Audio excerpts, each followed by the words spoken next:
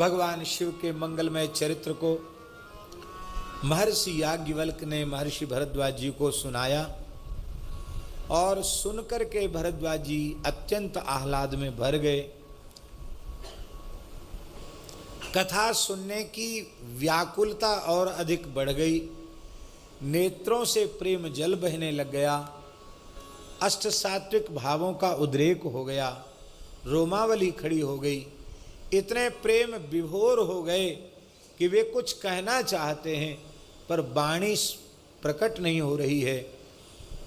उस प्रेम की विलक्षण भाव दशा को देख करके महर्षि याज्ञवल्क्य जी को बहुत प्रसन्नता हुई और उन्होंने कहा, अहो धन्य तव जन्म मुनीसा, तुम ही प्राण सम प्रिय गौरीसा।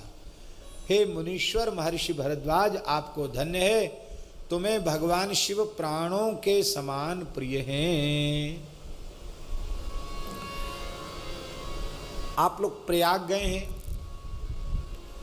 तीर्थराज प्रयाग में भरद्वाज जी का दर्शन किया है, भरद्वाज आश्रम का दर्शन किया है। वो प्रधान ऋषि हैं वहाँ के। तीर्थराज प्रयाग में जाकर के इतनी जगह दर्शन अवश्य करना चाहिए। त्रिवेणी का स्नान दर्शन, माधवम वेणी माधव, सोमम सोमेश्वर महादेव, त्रिवेणी माधवम सोमम भरद्वाजं च वासुकिम। भरद्वाज और वासुकी मुनि कितने हो गए? 5। वंदे क्षयवटम, अक्षयवट, और शेष माने नाग वासुकी। वंदे क्षयवटम शेषम प्रयागम तीर्थनायकम। ये प्रयाग में जाकर 7 दर्शन अवश्य करना चाहिए। कौन कौन के? त्रिवेणी स्नान दर्शन, वेणी माधव जी का दर्शन, सोमेश्वर महादेव का दर्शन जो अरेल में है, सोमेश्वर महादेव का दर्शन, भरद्वाज महर्षि का दर्शन, नाग वासुकी का दर्शन, अक्षयवट का दर्शन और त्रिवेणी माधवम सोमम भरद्वाजं च वासुकिम वंदे क्षयवटम शेषम नाग वासुकी। ये 7 हो गए। प्रयागम तीर्थनायकम, ये तीर्थनाग प्रयाग का स्वरूप हो गया इनका। इस श्लोक का प्रातःकाल स्मरण करने से स्नान के समय नित्य तीर्थराज प्रयाग में स्नान और दर्शन का पुण्य प्राप्त होता है। हमारे यहाँ सब सुविधाएं भैया जी, 1 पैसा को खर्चना है, यहीं बैठ के अयोध्या वृंदावन सब जगह का स्नान कर लो, सब सुविधा है, लेकिन आलसियों के लिए नहीं है।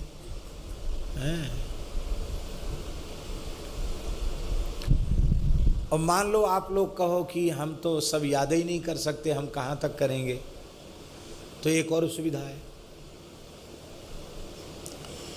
तीर्थ जल रूप होता है, तीर्थ माने जल ही होता है, और नर माने जल, और उसका जो समूह है उसको कहते हैं नार, और उसमें जिनका निवास है उनका नाम है नारायण। तो कोई मंत्र याद न हो, 8 बार कम से कम नारायण नारायण कह के स्नान कर लो तो धरती के सारे तीर्थों में स्नान का पुण्य, सब तीर्थों का जल होगा। ये और सरल हो गया। तो आलसियों के लिए भी सब है, ऐसा नहीं, लेकिन नारायण नारायण तो करना पड़ेगा। उतना भी नहीं करोगे तो फिर तो बेकार है, उतना तो करना पड़ेगा। तो भरद्वाजम च वासुकिम, वहाँ भरद्वाज में प्राचीन जो भरद्वाज जी का स्वरूप है वो मूर्ति नहीं है, भरद्वाज ऋषि की मूर्ति नहीं है, वहाँ स्वयंभू शिवलिंग है। क्या है वहाँ? स्वयंभू शिवलिंग है। वो शिवलिंग ही महर्षि भरद्वाज है। आप कहेंगे आप क्यों कहना चाहते हैं? मूर्ति भी लोगों ने पधरा रखी है, लेकिन जो विशिष्ट महात्मा है जिनको भरद्वाज मुनि कहते हैं वो शिवजी ही है, शिवलिंग ही है वहाँ। इसका अर्थ है कि भगवान शिव के ऐसे अनुरागी हैं कि वे शिव रूप में ही दर्शन वहाँ देते हैं, ये इसका भाव। हम ये कहना चाहते हैं शिव जी के प्रति उनका कितना अनुराग है। तो राम जी के प्रति कम हो गया क्या? नहीं। भरद्वाज मुनि बसहि प्रयागा, जिनहि राम पद अति अनुरागा। ये तुम्हें भगवान शिव प्राणों से अधिक प्रिय हैं, और अब हमें पक्का हो गया कि तुम राम जी के बड़े भारी भक्त हो।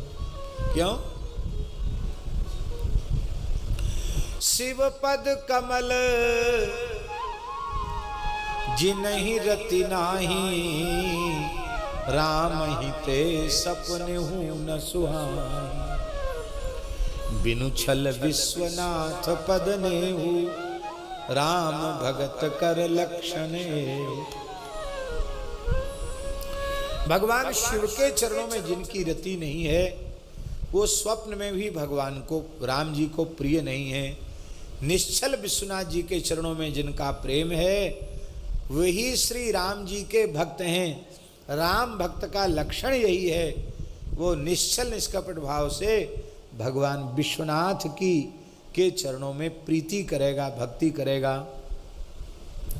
भगवान शिव के जैसा राम जी की भक्ति के व्रत को धारण करने वाला कौन होगा, जिन्होंने बिना अपराध के सती का त्याग कर दिया। शिव समान को शिव सम को रघुपति व्रतधारी, बिनु अघ तजी सती असि नारी। आपने भक्ति का प्रण करके और ये दिखा दिया कि वस्तुतः भक्ति का स्वरूप क्या है। इसलिए राम जी को शिव जी के जैसा कोई प्रिय नहीं है। आपने पूछा तो राम जी के बारे में, पर सुनाया हमने शिव जी का चरित्र। क्यों सुनाया? बोले हमने सोचा जैसे बुखार नापने को थर्मामीटर लगाते हैं ना, तो हमने सोचा मर्मामीटर लगाना चाहिए। एक थर्मामीटर, एक मर्मामीटर। तुम्हारा मर्म जानना चाहिए कि तुम राम कथा श्रवण के अधिकारी हो या नहीं। तो शिव चरित्र सुना। यदि शिव चरित्र सुन, अरे महाराज ये मैंने नहीं पूछा, ये तो मैं पहले से जानता हूँ, अब तो राम जी की सुनाओ, तो हम अपना कमंडल उठा के यहाँ से मिथिला चले जाते। लेकिन आपको शिव चरित्र सुनकर इतना प्रेम जागृत हो गया, आप भाव सिंधु में निमग्न हो गए, तो निश्चित ही ये बहुत अच्छी बात है। अब निश्चित तुम रामचरित्र श्रवण के अधिकारी हो।